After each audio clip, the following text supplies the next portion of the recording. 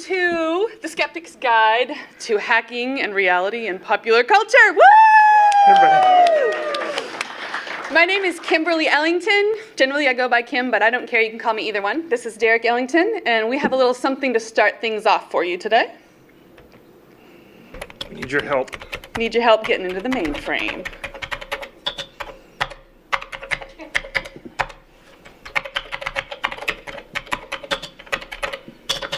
She was in the mainframe. Check the computer.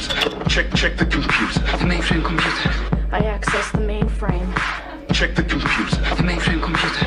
God damn it, you're in the mainframe. He's locked us out of the mainframe. Who's locked you out of the mainframe? The mainframe is out of the coolant. You can access the mainframe by remote. I hacked into the mainframe at the bank. The mainframe. I can't find a Canadian server. I've got to break into the mainframe. I sent an engineer to check the mainframe. It's like they dumped their entire mainframe onto our fax and into our computer. Cross-check that bastard's profile with the mainframe at Langley. Yes. Someone's tapping with the POTUS mainframe. So all we have to do is load it anywhere into the credit union mainframe and it'll do the rest. Check the computer. The mainframe computer. I access the mainframe. Check the computer. The mainframe computer. God damn it, you're in the mainframe. Data from the mainframe. Data from the mainframe. I can check with the mainframe system. That would take some sort of super mainframe computer. There is a vast amount of vital intelligence on that mainframe. If I can hack my way into the mainframe computer. To patch into the mainframe. Did you check the mainframe? It has 18 acres of mainframe computers. In the mainframe. Access codes to the Zion mainframe. No response, sir. We have a complete mainframe meltdown. They've only got the mainframe couplet. She's been in the mainframe. Knox used us to tap into Red Star's mainframe. Anita. Yeah. You're gonna run that against the mainframe for me, okay? Check the computer. The mainframe computer. I access the mainframe. Check the computer. The mainframe computer. God damn it, you're in the mainframe. That's probably a little bit funnier for those of us who are a little older because everything was the mainframe back when I was a kid. When the computer rooms my dad worked for Nortel and the computer room was like the size of this room and it was up and oh gosh, I remember the days with the little click buttons. So anyway, I'm Kim Ellington, Derek Ellington. We are Ellington Digital Forensics. Well, we're the two owners. We have a lot of other people that work for us as well. Derek has a little thing up here, some of the people that work for us and work with us and some of the things that we do. We started out 20 years ago as an IT company and have evolved into a digital forensics. We still do some IT because everything's interconnected, but most of what we do now is digital forensics, which means that we look into electronic devices and find what people have lost or I see a lot of people putting their phones away right now. That's okay. The phone hacking demonstration was in the Electronic Frontier Foundation presentation last night, which they did a really good job of. But some of the things that we do, I actually do teach a lot of classes on forensics and CLEs. I actually teach digital forensics for law enforcement, first responders, and do a lot of intrusion and post-intrusion incident response, which okay, yeah, I guess that means sometimes I catch hackers, but this is not necessarily what we're going to be talking about today. We're going to take a little bit lighter approach and talk about hacking in popular culture. But first, I guess now that you know a little bit about us, it's going to be a chance to get to know a little bit about you guys. So. All right, so we're going to play a little game called Popular Culture Hacking. So name the TV show, just call it right out when you know what it is, the movie or the show, and you get bonus points if you know the year. And you don't get credit for the answer unless you said it loud enough for the person next to you to hear, okay? You ready? All right, here we go. Whoops. Anybody? Hackers. And who is it?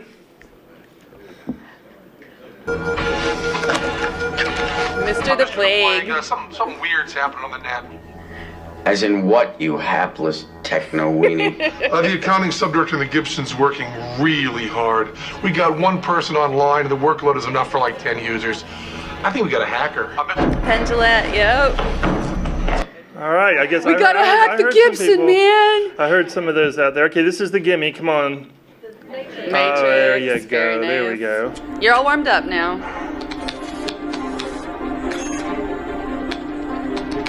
And this scene actually got a lot of credit from the hackers because she was actually doing a legitimate exploit. I don't know what they're doing, but they only got 2 minutes left.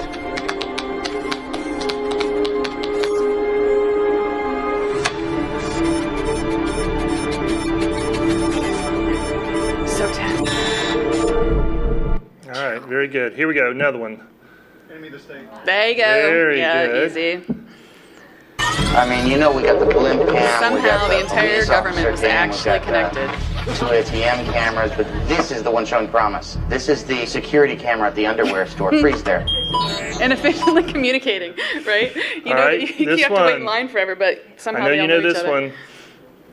I heard it. You got to shout it. You want credit? You got to shout it out. Come on.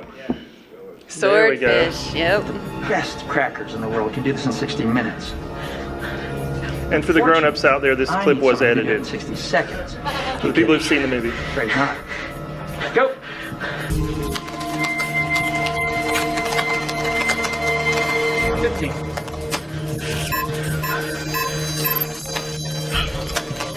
Ten, 9.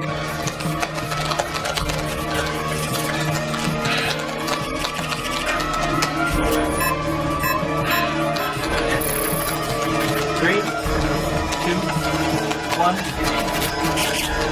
Too bad. You gotta die. No, wait.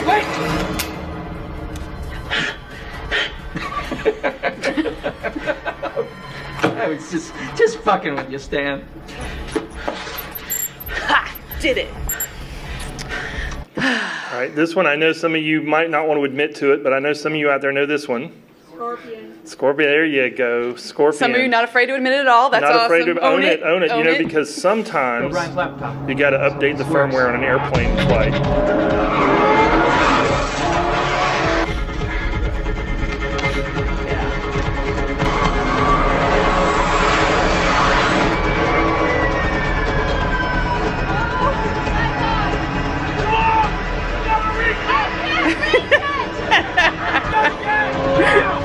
Now keep in mind, I edited this. This was 5 minutes of runway. What'd you say? I don't know. A few seconds. Movies have the longest runways ever.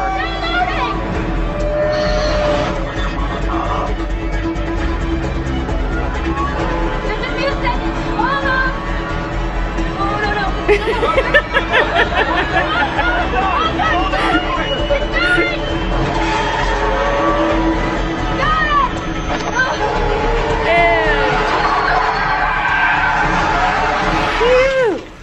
We're back on. Maybe. Only it was that simple. Communications restored. Okay, something for the old school people out there.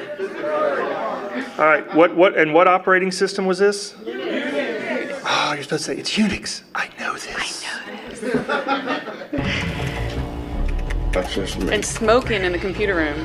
Oh, I know, That's what we right? do. Security. Access main program grid.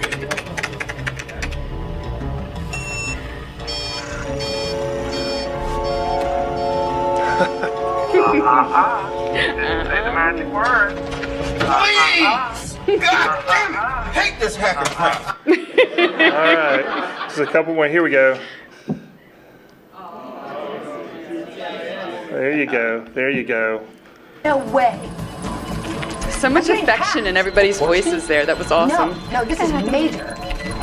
They've already burned through the NCIS public firewall. We'll isolate the node and dump them on the other side of the router. I'm trying. It's moving too fast. So we'll both type on the same keyboard. This database separate. I can't. It's a point attack. He or she is only going after my machine. It's not possible. This DoD level 9 encryption would take months to get built. What is that, video game? No, Tony, we're getting hacked. They get in Abby's computer, the entire NCIS network is next. I can't stop him. Do something, McGee. I've never seen code like this. Where'd it go, Abby? I didn't do anything. I thought you did. No. I did. Mark Harmon. All right. Recognize these guys? Dawson. Okay, I love the fact that I already heard some groans when you talked about this one, but I have to say this next clip here is the one that actually spawned this talk. This is why we're giving this talk today. This is a classic.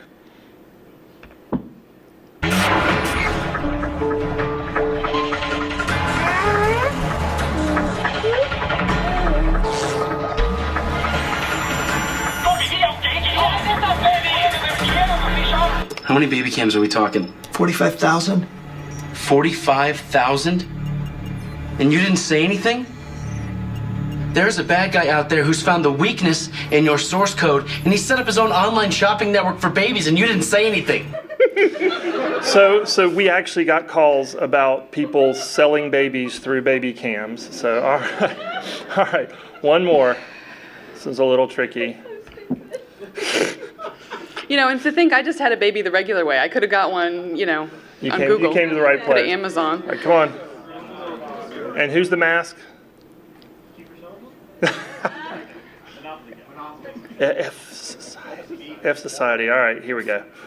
Last one. Bi-monthly drug test, voluntarily. That's the only way that I'll recommend your release. Hospitals. A heavily networked one like this are almost too easy to hack. This is William Highsmith. He's not only the head of the IT department here, he is the IT department. He's also an idiot. Not that I blame him, because the people that hire him are also idiots. The poor guy only gets a budget of about $7,000 a year, and he's supposed to protect their network from people like me. He never stood a chance. He uses useless virus scans, dated servers, and security software that runs on Windows 98. It's one of the reasons why I made this place my primary care facility. I can make my health records look like every other obedient zombie out there. Okay. You don't have to worry. I'm not going to do morphine again. All right, very good, guys. All right, now. Good job. Now that we're almost warmed up, here we go. Speed round. All right, here we go. Ready? All right. Name the famous hacker. Hit it, babe. Bonus points if you can name the movie. Here we go. Ready? Who is the character? Crash Override. Or Zero Cool. Oh, Zero Cool, Dade Murphy. Girl with the Dragon Tattoo. There you go. Nice, very nice. That's Leverage. Yes, Leverage, very good, very good. Oh. There's Willow, yes. Italian Job, very nice. Remember his name? Lyle, otherwise known as Call Me. There you go. The real Napster. Root. There we go. Sneakers, very good. Cosmo from Sneakers.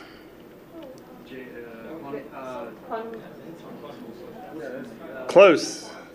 Skyfall. Who was the kid? Who was the hacker? Silva. All right.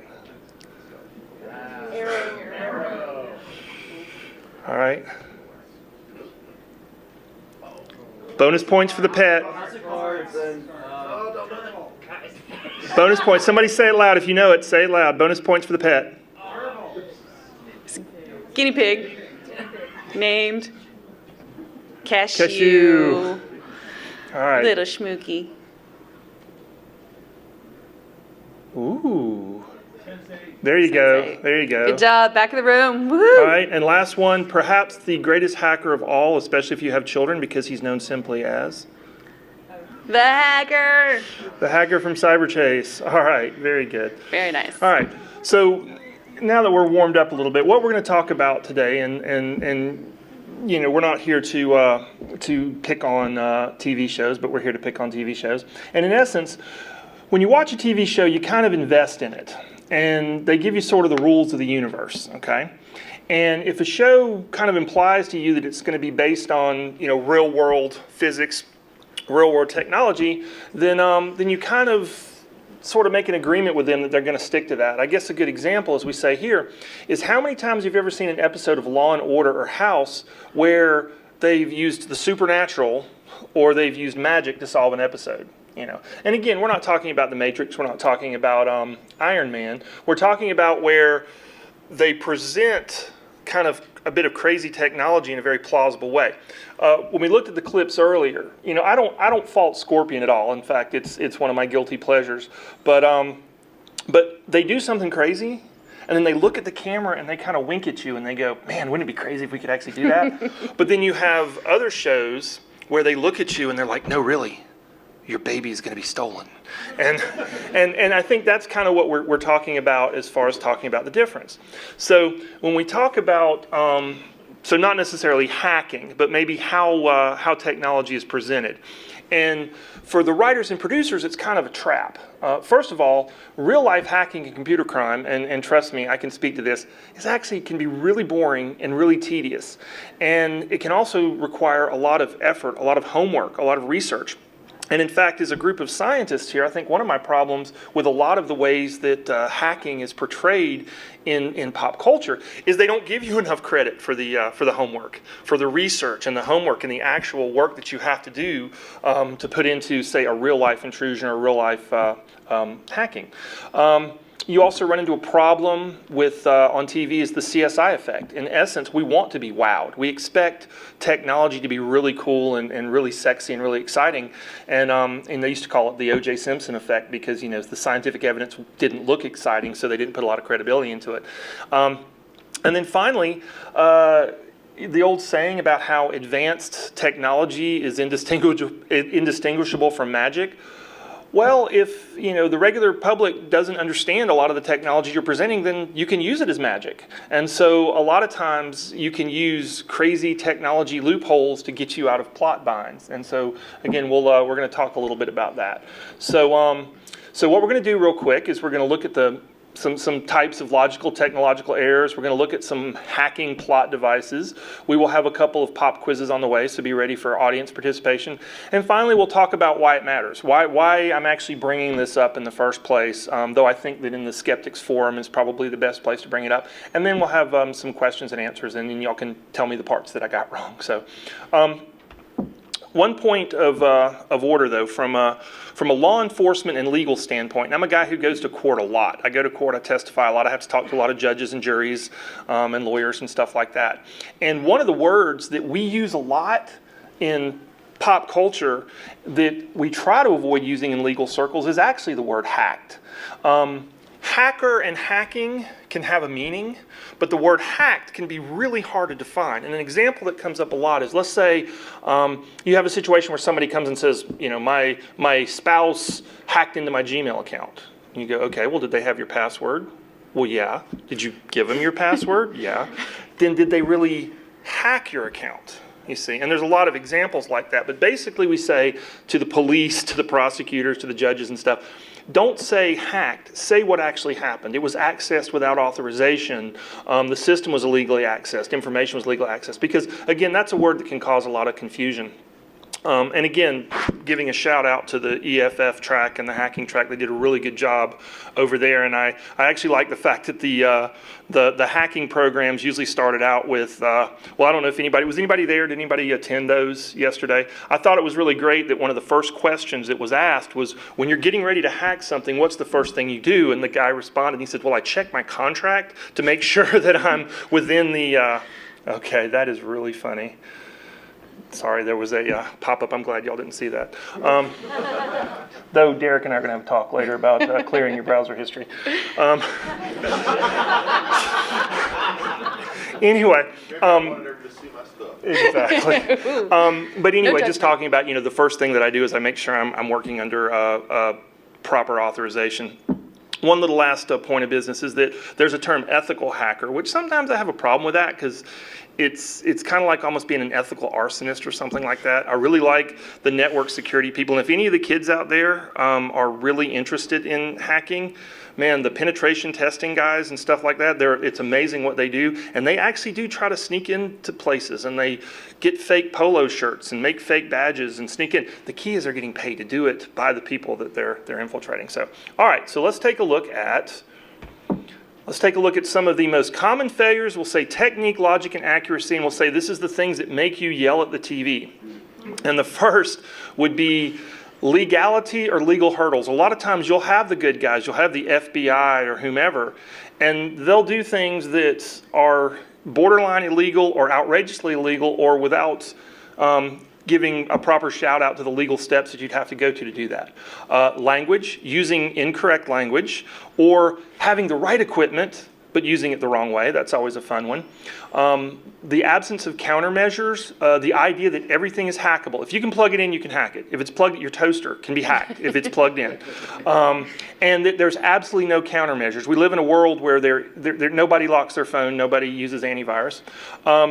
The most common thing too is you can't do it that fast. Maybe they present something that you could really do in real life, but it may take hours, days, weeks, and they present it as being done in 30 seconds, while people are shooting at you and stuff. Again, you can't do it that way under those circumstances. Maybe the concept is valid, but the way that it's portrayed is not. And then finally, the good one is just, no, that's bogus. You can't do that at all. And trust me, friends hate to watch TV shows with me and go to the movies. So are you telling everybody that you can't fly in a jet plane and put a cord down and upload? Not that way, but it could probably be done. All right, so audience participation time. Go ahead. Just shout them out. Some of your hacker cliches, things that you see on TV shows over and over again that you go just like no way. That kind of thing. Crypto. Oh yes, encryption. Crypto. Yes. Encryption.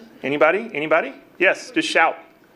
Remotely turning the phone back on. Remote or accessing people's phones. That's a good one. Other ones? Rapid typing with no real rhyme or reason. You know what? That's pretty funny too. And Angie and I were talking about the fact that how they'll always play that sound clip, the one that I used at the beginning, where it's all this rapid typing while somebody's just typing one or two characters. And we figured out what it is that's like the only royalty-free MP3 of typing available on the internet. So they use that, and it's the Wilhelm scream of sound clips. Yeah. I like if you need to type faster, just put 2 sets of hands on the keyboard at once. That's the solution. Yeah. All right, so let's talk real quick. These are some of the ones that I came up with, the most common hacking cliches, which we'll talk a little bit more as we go through. So the IP tracing and hiding your IP address only works when it's supposed to and doesn't work when it's supposed to. Again, anything that can be plugged in can be hacked. Bluejacking, blue snarfing, and forced pairing, which is the ability to take over people's phones. Blue snarfing, doesn't that sound like it belongs in a different track? Actually, it sounds like maybe something Smurfs aren't supposed to do after the prom or something. A rock band. Oh, there we go. Well, and actually, the blue jacking is the way they refer to it. Also on belongs TV in a shows. different track. Exactly. Blue snarfing was actually the hacker term for it, but I think it didn't sound cool enough to actually use that phrase on crime shows. Encryption, obviously, that's a big one. Enhancing. I love that one. The security of USB and the infamous USB fast copy, and then finally hacking Wi-Fi's. So here we go.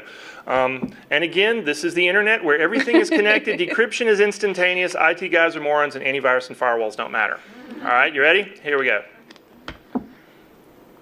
Firewall 1. We got a problem. What? Someone synced a rat to one of my servers. Remote access tool. We're being hacked.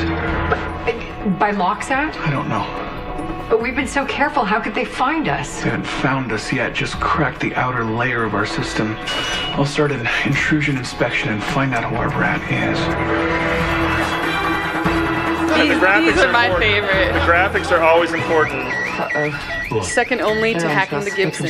Playing on Rubik's Cubes. Can you stop it? No. But I can slow him down. It's coming from inside. How do you slow down a hacker? Trying to narrow it down. Okay.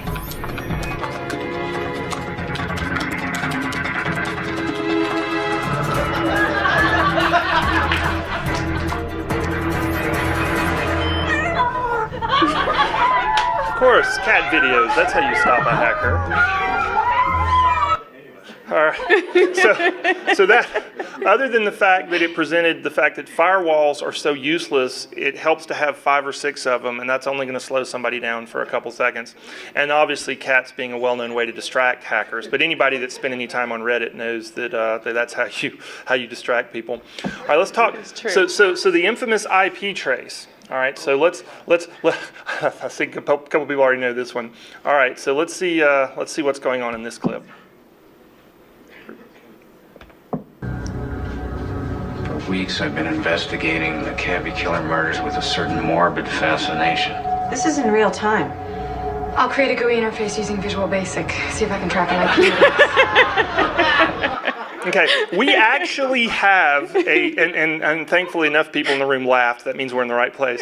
But we actually have a term for that, and that's called I'm going to optometrist a cheeseburger and hope the laundromat.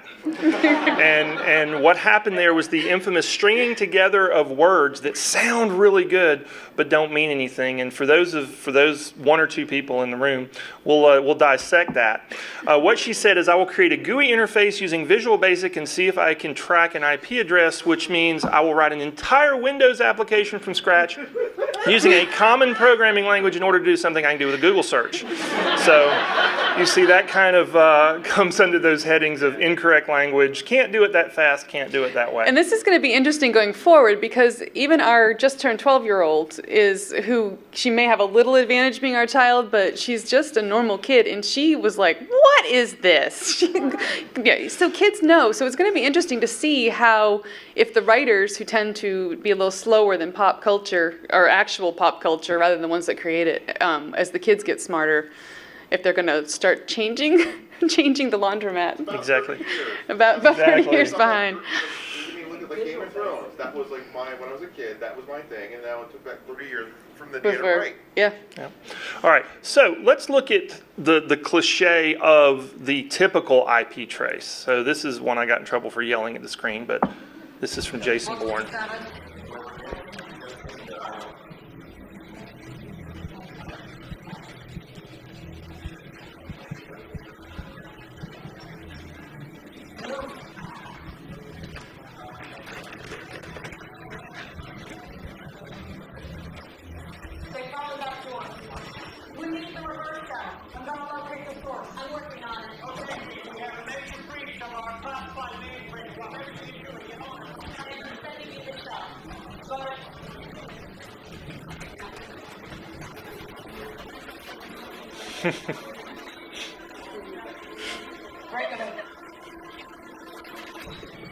Yeah, that didn't take long.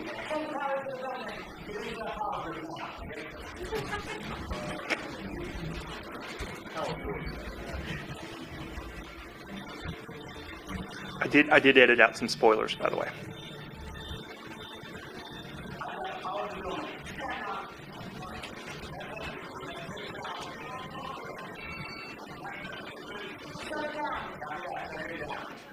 Okay, so what happened here, and I know some of you are already with me on this. So what happened is she hacked into the NSA through a secret backdoor that took them a little while to figure out. And then they traced her back through all these different stops. Now, an IP address, for those of you who may not know or know the phrase, it's kind of like your phone number that you use when you connect to the internet. If you're a company or a business, maybe your IP address is always the same. But if you're using like your phone or your home internet or just a Wi-Fi or something, your IP address will change, all the time.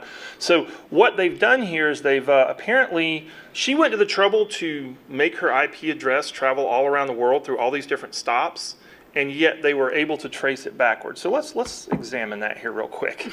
So here's the picture that they did showing that apparently she's in Iceland, and she routed her signal, which is a very common thing, routing her signal around everywhere.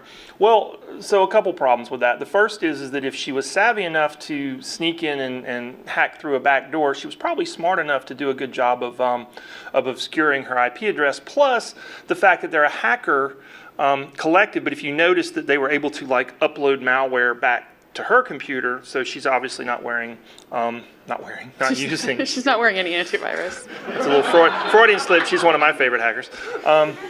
Anyway, it's all that blue let's talk about IP addresses, because that's something that comes up a lot in the real world for us. So, in essence, if you have an IP address or you're trying to track a bad guy, it's usually pretty easy to track an IP address back to a business or location. Like we said, their IP address stays the same. You can do very simple lookups. If you're trying to track one back, you can also usually track them back to, say, a geographical location. You might know what city it's coming from, what state it's coming from. A home user, you could say, okay, well, that's a Comcast or Time Warner or something like that, in which case even law enforcement would have to take the time to go to Comcast or Time Warner and have them look it up. I mean, law enforcement, it may take hours or days. For people like us, it might take 30 or 60 days for a subpoena. But an IP address isn't always a good way to find somebody. If you're using, say, for example, Verizon phones, when you're using your data plan, you're actually sharing an IP address with 300 people. That's how they use a routed IP system. So for every IP address they issue, there's 300 people sharing it. So if we're trying to track somebody that did something with their Verizon phone, we've actually got to get a list of those 300 people and work through that list. So it's not quite that simple. But what they did in this case, and the I guess hacking cliche, is that thing about how you go through the different spots and the different stops along the globe. And of course, if you're going to go to that much trouble, you'd hope that it would take more than a couple seconds for each stop. But what's actually going on there, and one more slide here, is that it's doing something called, anonymizing your IP address. And if you look at the little picture here, and for the EFF hacker group, I know this is an oversimplification, just bear with me here, but you have your computer, you connect to one of these little nodes or little spots on the map. What it does is it anonymizes your IP address. It turns it into a unknown or fake IP address. It can even split it up, and then it puts it out on the internet. Now, in hacker shows, they will show them doing this a dozen times, all right? Well, the problem is if you do it once, you're pretty much good, because what's going to happen is, let's say, the NSA, CIA, whatever, they're trying to track you back. They're trying to track her back to Iceland. Well, when they get to the first stop, what really happens is they're going to have to find out who that stop is and then go to them directly and say, okay, who was using this IP address at this date and time? Well, most of those places, especially if hackers are going to use them, don't actually keep logs. In fact, the little green text on the bottom is advertising from one of the IP randomizer places that say we don't keep logs. We don't keep track of it. So again, whenever you see them tracking people along the globe, the reality is you're pretty much going to get to the first spot, and if they're doing it correctly, and we would assume that CIA and NSA level hackers could do that, you're pretty much stuck. Now, the reason why I bring all this up is because, and here's a scene from Black Hat, being able to hide your IP address or track an IP address tends to work when you want it to and not work when you don't. WRT hardware and an onion router. He can route encrypted data and stay anonymous with no IP address. Yeah, somebody must have told him how to set it up.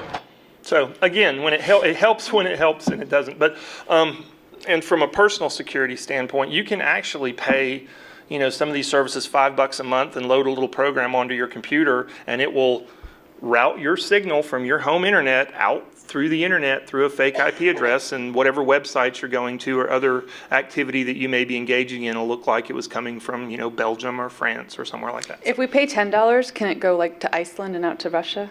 It could, and back as many stops as you want. So okay, so here's another one for you. And this is one of my favorites. If you see the little see the device in the top left-hand corner, that's called a Celebrite, and UFED actually stands for Universal Forensic Extraction Device, and it's the state-of-the-art equipment for copying and accessing data on cell phones. Now, the FBI uses it, the military uses it.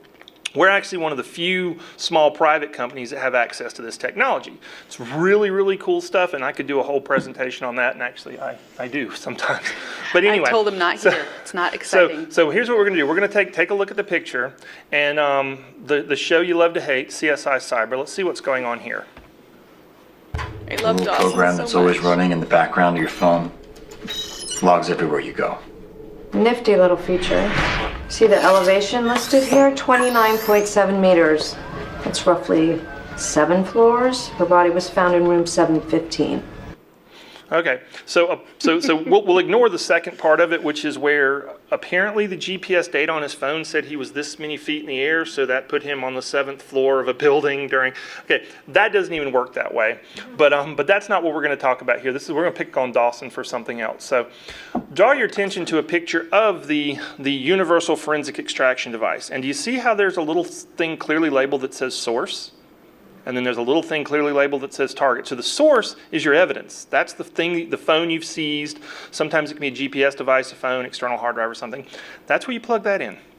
The second part is the target. That's where you plug in your external hard drive or flash drive that you're going to copy your evidence to. So let's take a look at what Dawson was doing here.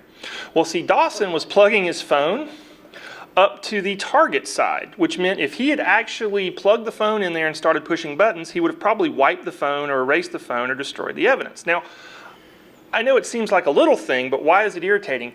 Well, because that's a $20,000 piece of equipment that I'm sure somebody from that company was standing there 5 feet away when they did this and probably showed them the correct way to plug it up. But the director thought, well, you know what? He's right-handed. And if we shoot it from this angle and we have him plugging it in, you won't be able to have the right camera view. So what they did is they actually changed the way you use the equipment just to make a better camera angle. All right. Now, you see the little bag there next to him?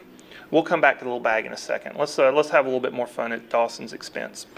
So here's a picture of the interface. So apparently what he's done is he's pulled all the GPS locations off the phone. The actual interface looks pretty cool in real life. This isn't it. Somebody went to a lot of trouble to Photoshop a new interface, even though the other one was really cool. But you see where I've got a little arrow that says date accessed.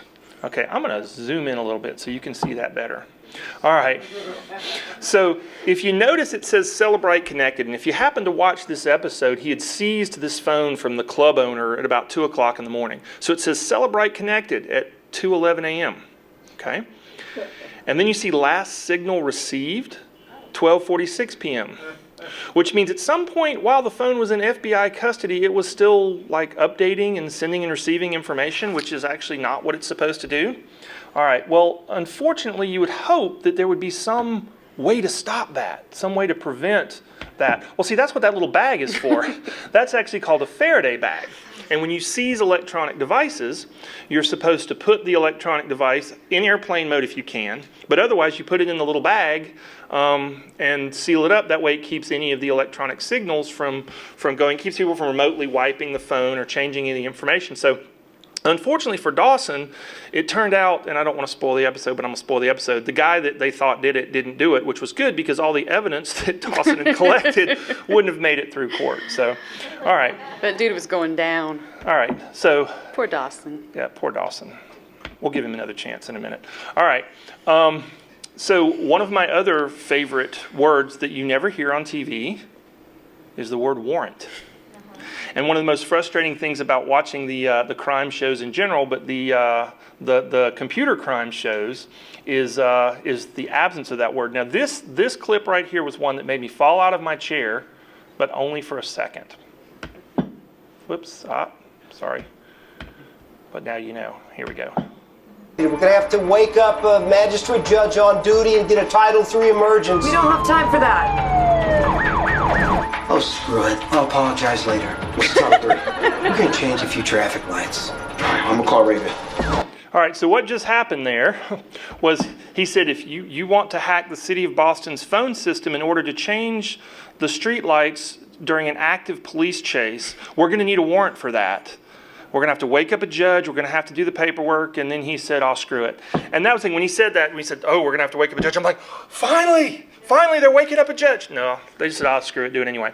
And again, what were some of the other problems with that? Well, apart from the legality of hacking the city of Boston's traffic system, the idea that everything is hackable. Could it be done? But then also that the guy that works for them could hack the traffic system in the time it takes during a police chase through the streets of Boston. So, let's take a look at this guy right here. Welcome to LA's Automated Traffic Surveillance and Control Operations Center. See, they use video feeds from intersections and specifically designed algorithms to predict traffic conditions and thereby control traffic lights. So all I did was come up with my own kick-ass algorithm to sneak in, and now we own the place. You want to do a dry run? I thought you'd never ask. Do you want to do a dry See, red run? light, green light.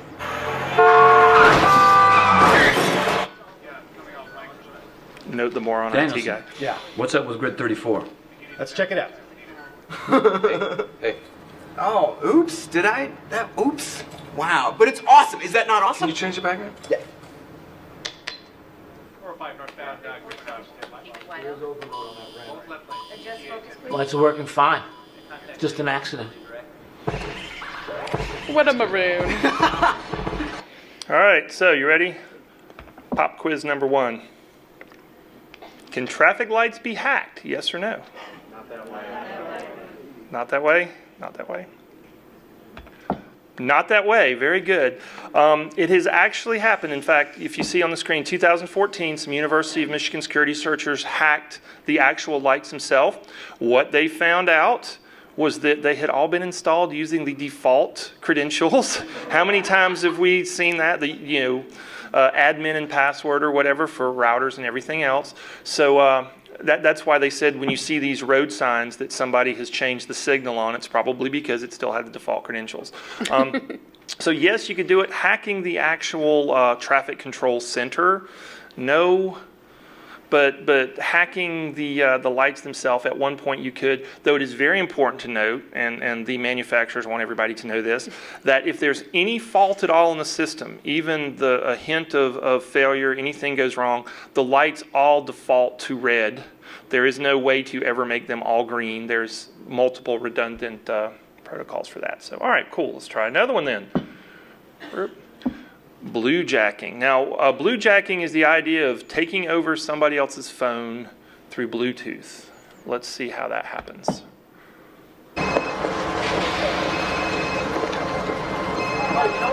Yeah. I don't mean to minimize your near-death experience, Mr. Beast, but are you certain that you bluejacked Daniel Drake's phone? This morning on the elevator, why? You must have a second one.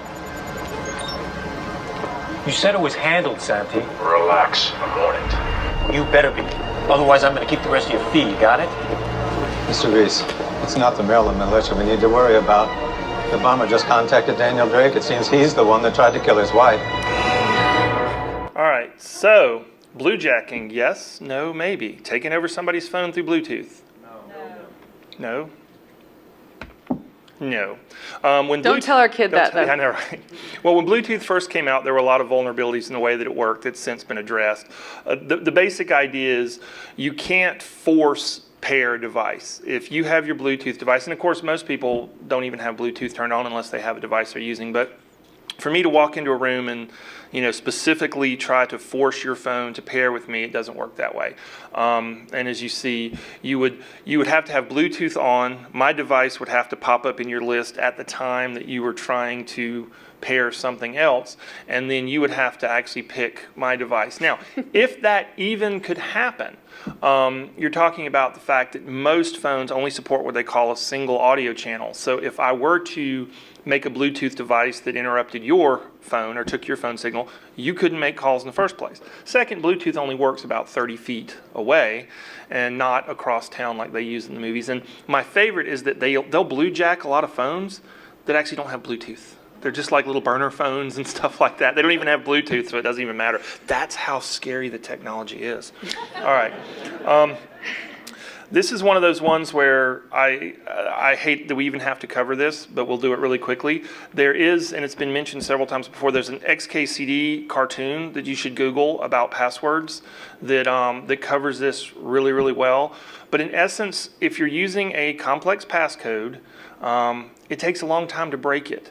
And one of the great cliches is when they need to crack a password, they need to break encryption, and the guy whips out his laptop, and they're like, "Can you get in?" "Yeah, I just need a minute. I need a minute to break this encryption." Well, first of all, you're not going to do it on a laptop, and second of all, you're not going to do it in the 30 seconds to a minute they give you on TV. In fact, overcoming encryption pretty much takes time, not skill. Now, that's not to say that if you had a really easy password and your password was in some of the compromised passwords list or people were running simple brute force attacks. Password. Don't do it. Yes. Yeah, I know, right? But let's just look at the thing as if we're in a situation where we have the bad guy and he's using encryption, he's probably not using Tinkerbell as his password. And for those of you out there familiar with other pop hacking culture, Tinkerbell was Paris Hilton's dog's name, which was also her password, which led to her stuff getting hacked a long time ago. So, all right, so encryption. It makes me cringe, so we'll move past that one pretty quickly. All right, here's another one, Shot Seeker. Let's see what you guys think about this. Crime Center. A watcher watching the watchers. Or listener, as the case may be, Ethan Garvin. Sound analyst for Shot Seeker, an acoustic surveillance system that uses microphones mounted across the city to pinpoint the location of a gunshot and can do it to within 50 feet. I see you've done your homework, Professor. More fun doing it than grading it. Mr. Garvin's main job is to rule out false positives from loud noises like car backfires before dispatching police. Right now, he's wrapping up a 12-hour night shift, slamming coffee like he just woke up. Were those gunshots, Mr. Reese? Time will tell, Professor. Garvin's on the case. Force sensors generating data. 148 decibels. And they blew Jack. Do you need a hand, Detective? Riley, my question can wait, though. I want to see Shot Seeker in action. Shot seeker says it's gunfire, but the question is, what does Garvin say?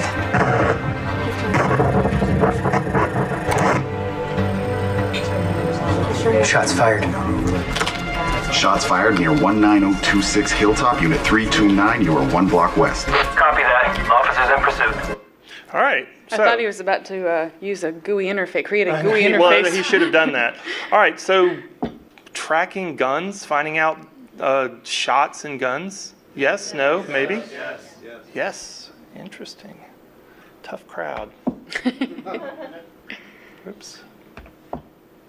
In the mid-2000s, San Francisco started with the ShotSpotter system, and since then, our gun violence is down basically 50%. ShotSpotter has been particularly helpful in lowering crime rates, and specifically homicides. We're at an all-time low of homicides for the past 30 years. ShotSpotter has helped us because we know that we have forensic evidence that we can rely upon in proving that a shooting did or did not take place. We're able to prove almost the specific location of the shots that were fired, as well as the quality of the shots, the sound of the shots, how many there were, and how far apart they were.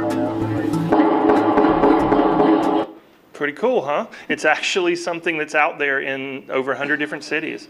So, and I use this as an example of how there is a lot of really, really cool tech that they can use and present right. So, okay, so here's the big one. Let's enhance. Oh, come on.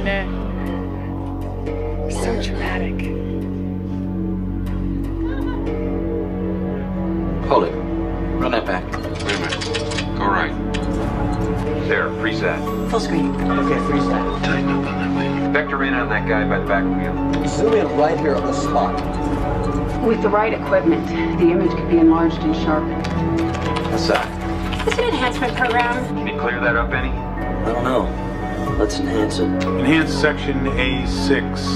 I enhance the detail, and I think there's enough to enhance. Release it to my screen. Enhance the reflection in her eye. Let's run this through video enhancement. Victor, can you enhance this? Hang on.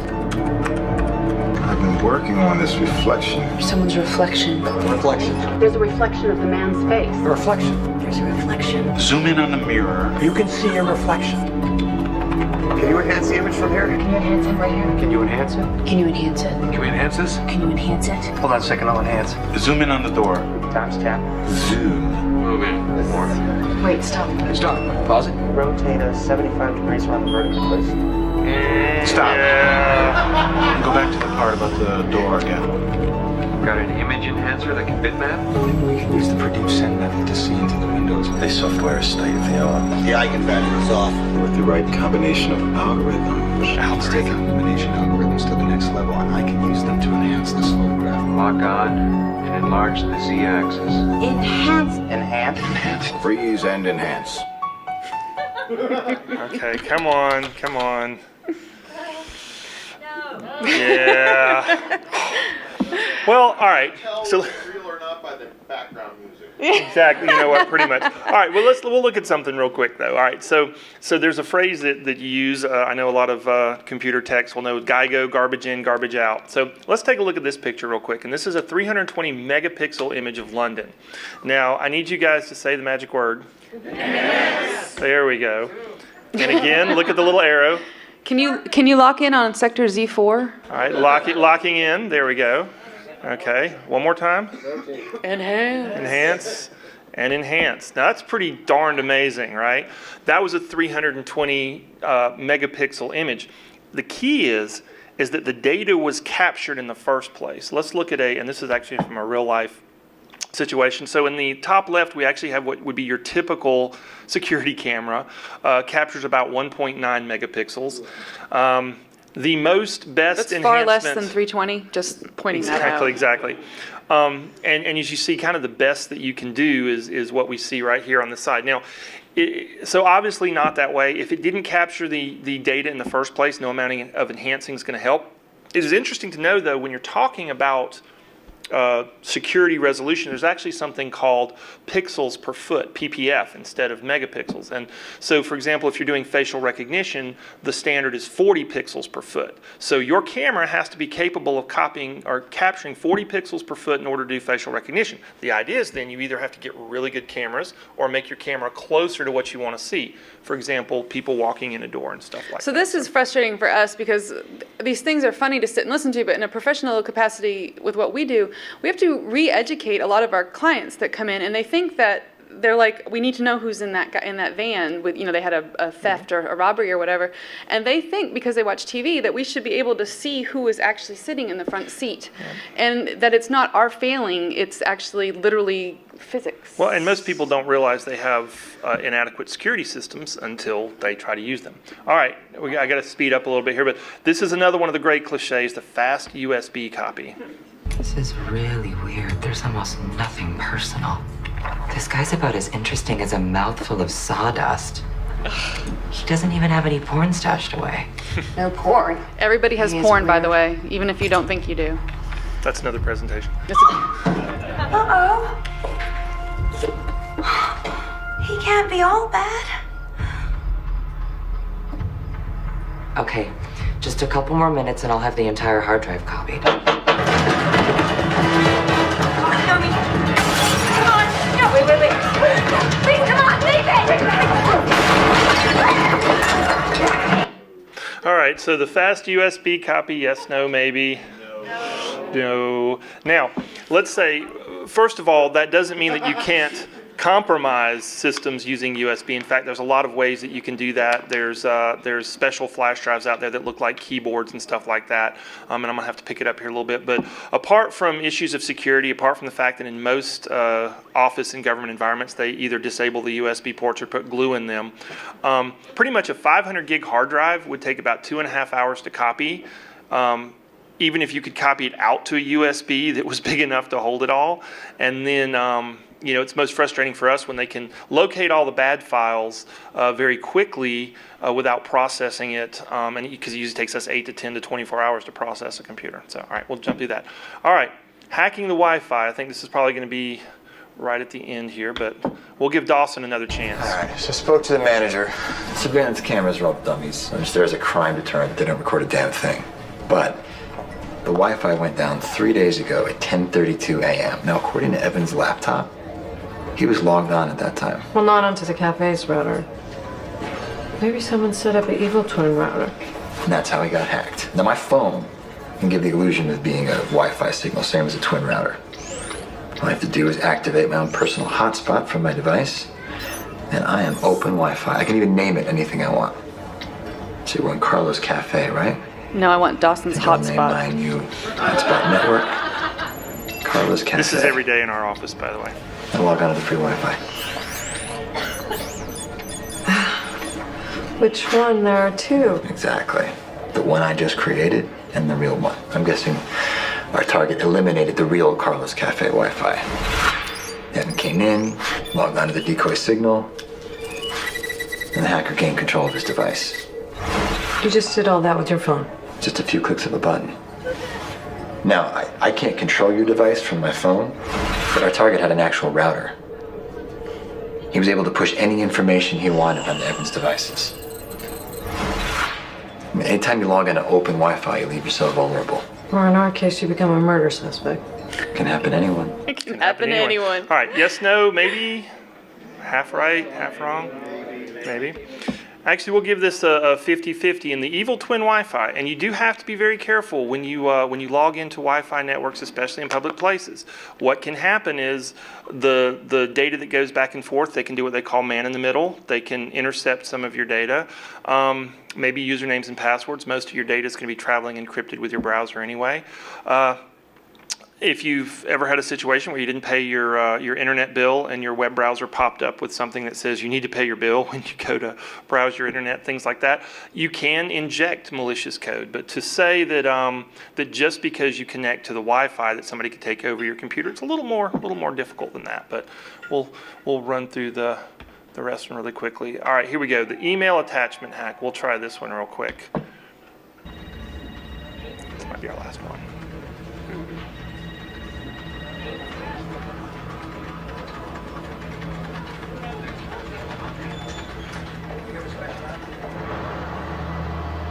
You asked him to change his password?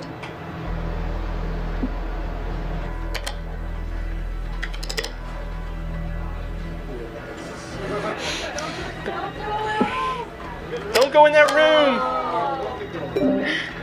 When he downloaded the PDF, what he downloaded was the keylogger.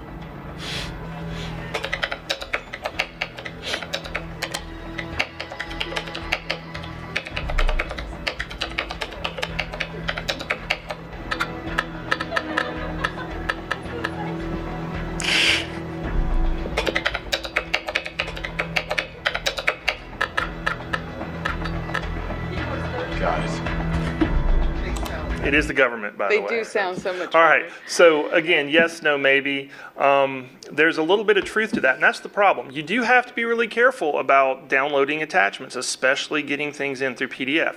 In this particular case, there were several problems. One, he injected a keylogger into a PDF that made it all the way into the NSA or the CIA's mailbox, which, overlooks the fact that pretty much every mail server out there has some degree of antivirus or countermeasures. Also, he would have had to have written his keylogger from scratch so that it didn't get caught in any of the known program filters. Plus, he would have had to have written a very convincing password policy, on the fly in order to detach it. And an outgoing signal from his keylogger wouldn't have been seen. So we're going to jump forward. We'll skip rooting and Bluetoothing a phone and get to the end. So real quick, why does it matter? Why do we having this conversation in the first place? Well, one of the problems is learned helplessness. People think that there's no way they can protect themselves, that hackers are able to get into everything, and so they don't take the simple steps. I mean, locking your phone, doing simple things like that, having a Wi-Fi password, that can make a big difference, and a lot of times people don't do that because they think, well, they'll get in anyway.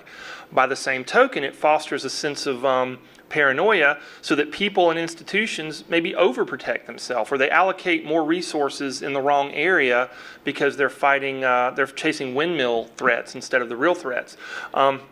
It also, this thought that we are always at risk and there's nothing we can do about it, can foster what we call institutional acceptance of risk. It's almost like the credit card companies know they're going to lose a certain amount of money and they just work that into it. If institutions assume that, well, we're going to lose a certain amount of data, we're going to get hacked a certain amount of time, then what happens is they don't allocate the resources necessary for a zero loss policy. Also, there's something called the Internet of Things, a internet-connected refrigerator, smart cars, things like that.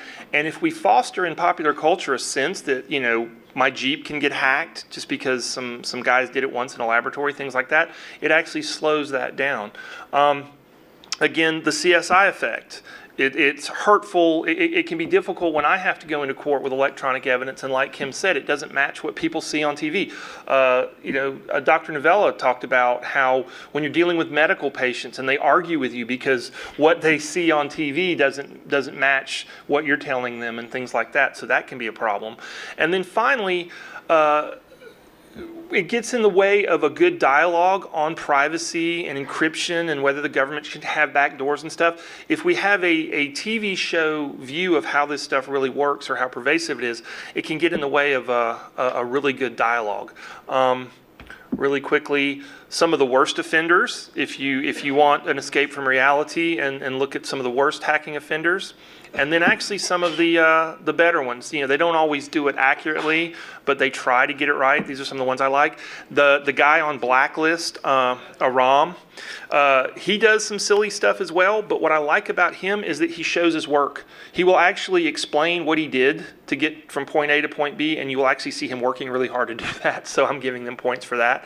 And then finally, I know we're kind of running out of time here, but Questions, comments, things that we didn't get wrong? Is everybody going to go change their We phone passwords literally and have stuff? 1 minute, so quick, yes. Anyone? Yes. What about using a Wi-Fi antenna to get access to Wi-Fi somewhere like 2 offices down or buildings away and stuff? What about using a Wi-Fi antenna to get access to Wi-Fi? Or that far, like from someone like... From someone across town. Now, there are precedents for using like long distance Wi-Fi, and they have things that look like tennis ball cans that you can make really long distance connections. That's not as bad to me as the idea that Wi-Fi is that easy to hack. It can be done, but we have people that come to us and say, well, I think somebody hacked my home Wi-Fi. And we're like, okay, was there a strange car sitting in your driveway for 2 hours?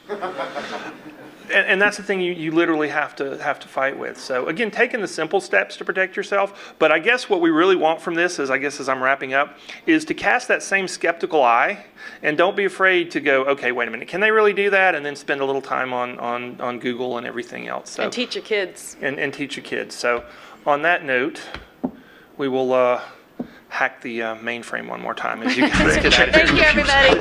This clip never gets old, so thank you guys. I access the mainframe. Check the computer. The mainframe computer. God damn it, you're in the mainframe. He's locked us out of the mainframe. Who's locked you out of the mainframe? The mainframe is out of the coolant. You can access the mainframe by remote. I hacked into the mainframe at the bank. The mainframe. I can't find a Canadian server. I've got to break into the mainframe. I sent an engineer to check the mainframe. It's like they dumped their entire mainframe onto our fax and into our computer. Cross-check that bastard's profile with the mainframe at Langley. Yes, Mom. Someone's tampering with the POTUS mainframe. So all we have to do is load it anywhere into the credit union mainframe and it'll do the rest. Check the computer. The mainframe computer. I access the mainframe. Check the computer. The mainframe computer. God damn it, you're in the mainframe. Data from the mainframe. Data from the mainframe. I can check with the mainframe system. That would take some sort of super mainframe computer. There is a vast amount of vital intelligence on that mainframe. If I can hack my way into the mainframe computer. To patch into the mainframe. Did you check the mainframe? It has 18 acres of mainframe computers. In the mainframe. Access codes to the Zion mainframe. No response, sir. We have a complete mainframe meltdown. They've only gnawed up the mainframe couplet. She's been in the mainframe. Knox used us to tap into Red Star's mainframe. Anita. Yeah. You're gonna run that against the mainframe for me, okay? Check the computer. The mainframe computer. I access the mainframe. Check the computer. The mainframe computer. God damn it, you're in the mainframe.